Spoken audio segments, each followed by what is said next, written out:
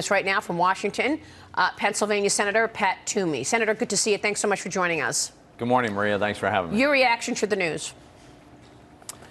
It's two things, Maria, to be honest. On one level, it's just appalling that we have so many instances of powerful men using their position of power to intimidate, coerce, and exploit and harass women who are in their workplace.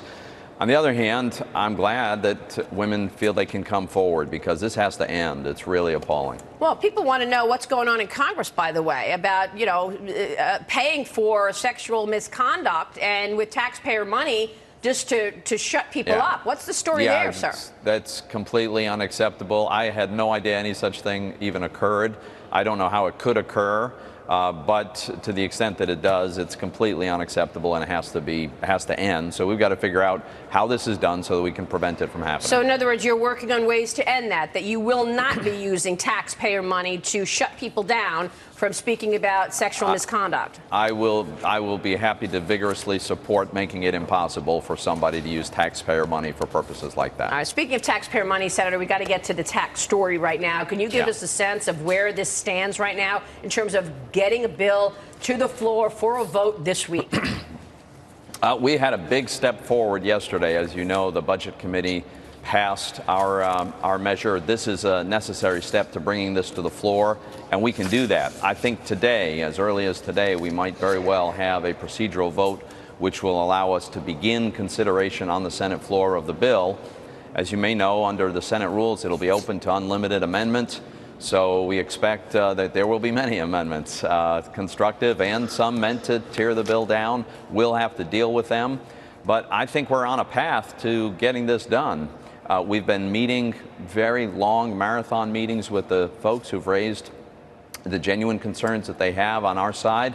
I think we're finding ways to address those concerns, so I think we're going to get there. Yeah, okay, so you're going to get there, but at what cost? We've been talking this morning about the trigger that was implemented or put into this bill as a result of what Bob Corker wanted. And Dagan, this is something that we were complaining about because it basically says that tax rates are going to go up in 6 years if you don't see the kind of growth that you guys are predicting. Isn't that right, Dagan? Right, and as you pointed out, Maria, there are other triggers. We're talking about the individual tax cuts go away anyway in 2025.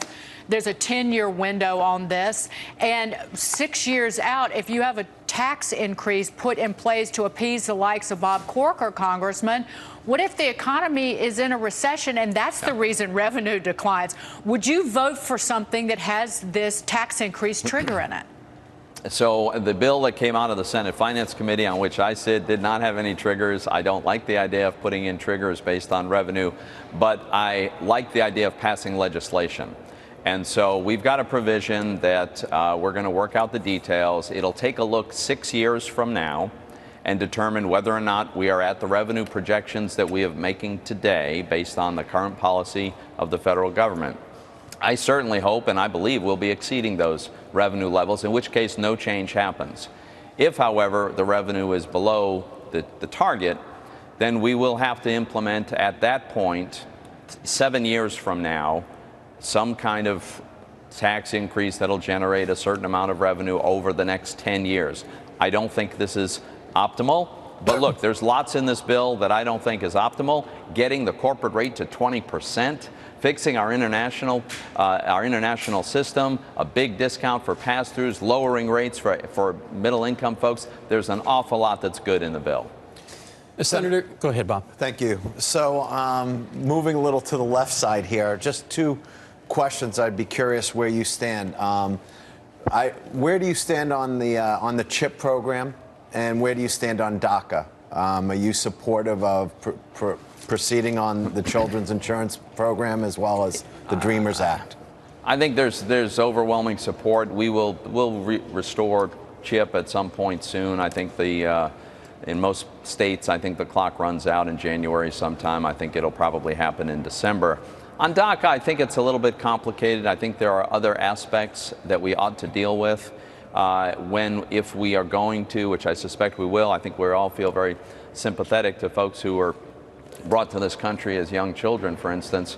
But if you do grant a legal status and amnesty to those folks, which many of us could support, you have to acknowledge that it also encourages other people to do likewise, to bring their undocumented kids. It could invite a flood of new illegal immigration. So we should deal with some of the consequences of that, and I think it should all be dealt with in a package. Bob Nardelli. Senator Bob Nardelli here. I'm really encouraged with the positive side of what you've talked about relative to this new tax bill. I think it's very encouraging and certainly will help stimulate the economy.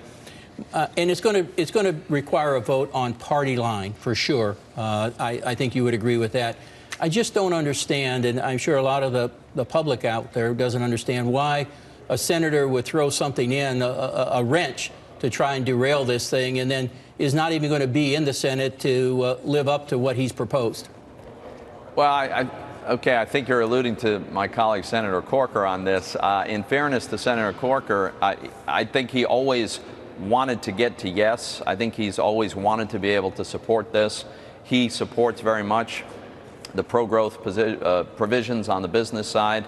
But, you know, he's got concerns about whether or not we're going to have the revenue that we're projecting. I think you should ask him about how he views that trade-off. In my mind, I think you don't create any uncertainty. Ideally, you have these low rates. Allowing the full expensing of all capital expenditures is very pro-growth. Yeah. But hey, this is an exercise of holding at least 50 out of 52 Republican senators because, as you pointed out correctly, Democrats won't be giving us votes if we're stuck at 49. If we don't have the votes, they won't let this happen. If we do have the votes, if we've got the 50 or 52 votes on the Senate floor, I wouldn't be surprised if a few Democratic senators join us. Yeah, well, you got a lot of pro-growth ideas in the corporate side of this plan, no doubt about it. But where's the pro-growth in the individual side of this? I mean, that's what some people are wrangling with, Senator, because the truth is you are, in some areas, raising taxes on the people who pay taxes. So while you've got a great growth story on the corporate side, on the individual side of this tax plan, it's a little messier. So, Maria, I think, let's be clear, the vast, overwhelming majority of individual taxpayers, families, individuals, they're going to see a tax cut. Yes, that's a fact. Every single income category has an aggregate tax reduction. But will there be some outliers? Yes, there will. It is always thus when you're reforming the tax code. Look, if I had my way, if I were king, I would lower marginal rates more for everybody, and that would solve this problem, and it would be pro-growth. But we had a limit to how much revenue we could forego in this exercise, and so we made the best decisions we could to be fair to working families and generate economic growth. Senator, the two top congressional Democrats, Senate Minority Leader Chuck Schumer, House Minority Leader Nancy Pelosi, pulling out of a White House meeting yesterday with President Trump. The president tweeted earlier that the meeting likely wouldn't lead to a deal to avoid a partial government shutdown. And then the president sat next to two empty chairs marked with their name cards and said this. Listen to this, Senator. They decided not to show up. They've been all talk and they've been no action. And now it's even worse. Now it's not even talk. So they're not showing up for the meeting. What happened? Why didn't they show up for the meeting? Well, you'd have to ask them, but it certainly appears that they may be thinking that the politics might be good for them to try to force a government shutdown. Maybe they'd like to do that. They have in the past thought that they benefit politically, and so you'd have to ask them, but that'd be one of my concerns. Senator, it's good to see you. Thanks so much. Thanks for having me. We appreciate you joining us this morning. Senator Pat Toomey Happy to do it. there, and we will take you live to President Trump's